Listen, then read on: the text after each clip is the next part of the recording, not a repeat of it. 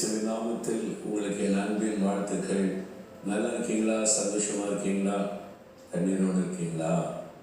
நம்ம வாழ்க்கை பாதையில் சில சமயம் கண்ணீரின் பாதையிலே போக வேண்டியது வரும். ஆண்டவர் அந்த பாதையில் சில சமயத்தில் நம்மை நடத்துவார். அது நமக்கு அவசியமாக கூட இருக்கும். ஒருவேளை குடும்பத்தில் இருக்க சில பிரச்சனை, நம்முடைய வாழ்க்கையில் இருக்க சில போராட்டம், யாருக்குமே சொல்ல முடியாத காரியம், கண்ணீரினால தேவனுக்கு தெரியப்படுத்துவோம். அப்படி தானே?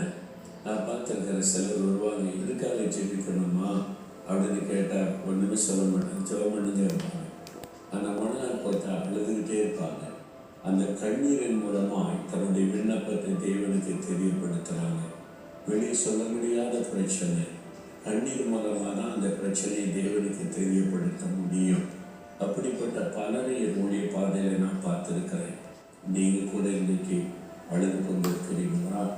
ஒருவேளை மற்றவங்க முன்னால் அப்படிதான் அதுவே குற்றமாக்கிவிடும், அதையே பிரச்சனையாக்கிடுவாங்கன்னு சொல்லி இரவில் யாருக்கு தெரியாமல் தலையணையை கண்ணீரை நான் நினச்சிக்கிட்டு இருக்கிறீங்களா? உங்களுடைய கண்ணீருக்கு ஒரு பெரிய மதிப்பு உண்டு என்பதை மறந்துடாருங்க. என்ன தெரியுமா? 56 சங்கீதம் 8ஆம் வசனத்தில், என் அலட்சியங்களை தேவரீர் எண்ணி இருக்கிறீர், என் கண்ணீரை உம்முடைய துறைத்தில் வையும், அதுகள் உம்முடைய கணக்கில் அல்லவோ இருக்கிறது. அதாவது பரலோகத்தில் ஆண்டவர் துடைத்த பாட்டில் வைத்து நாம் அடிக்கிற கண்ணீரெல்லாம் அதை சேகரித்து கொண்டே வருவதாக அவர் சொல்லுகிறார். அதை கணக்கு வைக்கிறாரா, இந்த பாட்டில் எவ்வளவு கண்ணீர் வந்திருக்கிறது என்பதால். ஏன் இந்த மாதிரி ஆண்டு சொல்லியிருக்கிறார்? சில காரியங்களுக்கு நீங்கள் ஜெபித்த உடனே, சாதாரணமாக ஜெபித்த உடனே அற்புதம் நடந்துடும். சில காரியத்திற்கு உபவாசம் பண்ணி ஜெபிக்கும் போது அற்புதம் நடக்கும். சில காரியத்தினுடைய கண்ணீரை ஆண்டவர் எதிர்பார்ப்பார். முக்கியமாக ஒரு ஆத்மா ரட்சிக்கப்படணும், உங்கள் கணவர், பிள்ளைகள், உங்களை சுற்றியில் இருக்கிறவங்க வாழ்க்கை மாறணுமானால் உங்களுடைய கண்ணீர் அதுக்கு அவசியம். நீங்கள் இந்த ஆத்மாக்களுக்கு பாரத்தோட கண்ணீர் வடிக்கும் பொழுது ஆண்டவர் இந்த கண்ணீரை பார்த்து அவங்களை ரட்சிப்பார். அப்போ சில தெய்வத்திட்ட நிறைய கண்ணீர் அவசியம். ஆண்டவர் சொல்லுவார், பல வருஷத்துக்கு முன்னால் என் பிரச்சனை நினைத்து ரொம்ப அழுது கொண்டு இருந்தேன். ஆண்டவர் சொன்னார், அழக்கூடாது, உனக்காக கண்ணீர் விடக்கூடாது, கண்ணீர் வீணாகக்கூடாது. நீ ஆத்மாக்களுக்காக அழலாம், தேசத்துக்காக அழலாம், உன் சொந்த காரியமே நீ அழவே கூடாதுன்னு சொன்னார். அதிலிருந்து நான் ஒப்பு கொடுத்தேன் சரியாண்டவரின்னு சொல்லி, என்னை பற்றி யார் என்னை நிந்தித்தாலும் பரிகசித்தாலே வேதனைப்படுத்தினாலும் அழுகிறதே கிடையாது. ஒரு காலத்தில் அப்படி அழுது கொண்டு இந்த ரொம்ப சென்சிட்டிவாக, இப்போ அப்படிலாம் அழுகிறது இல்லை.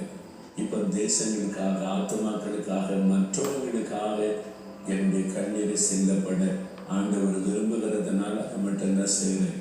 எனக்கு தெரிந்த கண்ணீரை தேவன் சேர்த்து வைக்கிறார்.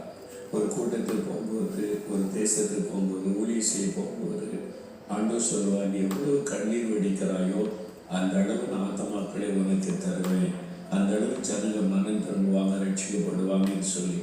அப்போ நான் கண்ணீர் ஒடித்து ஜெபிக்கிற வரைக்கும் ஜெபம் கொண்டே இருப்பேன். அந்த கண்ணீர் பூரணமாகும் போது தேவனுக்கு பலமாய் கிரியை செய்வதை நான் பார்த்துருக்கிறேன்.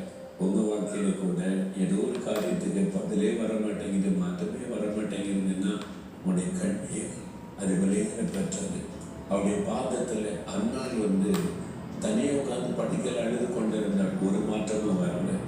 தேவ சமூகத்தில் போய் மனம் கசந்து அழுத போது அந்த கண்ணீரை பார்த்த உடனே ஆண்டவர் இறக்கம் செய்தார். உங்கள் கண்ணீரை பார்த்துட்டு ஆண்டவரால் அமைதியாக இருக்கவே முடியாது.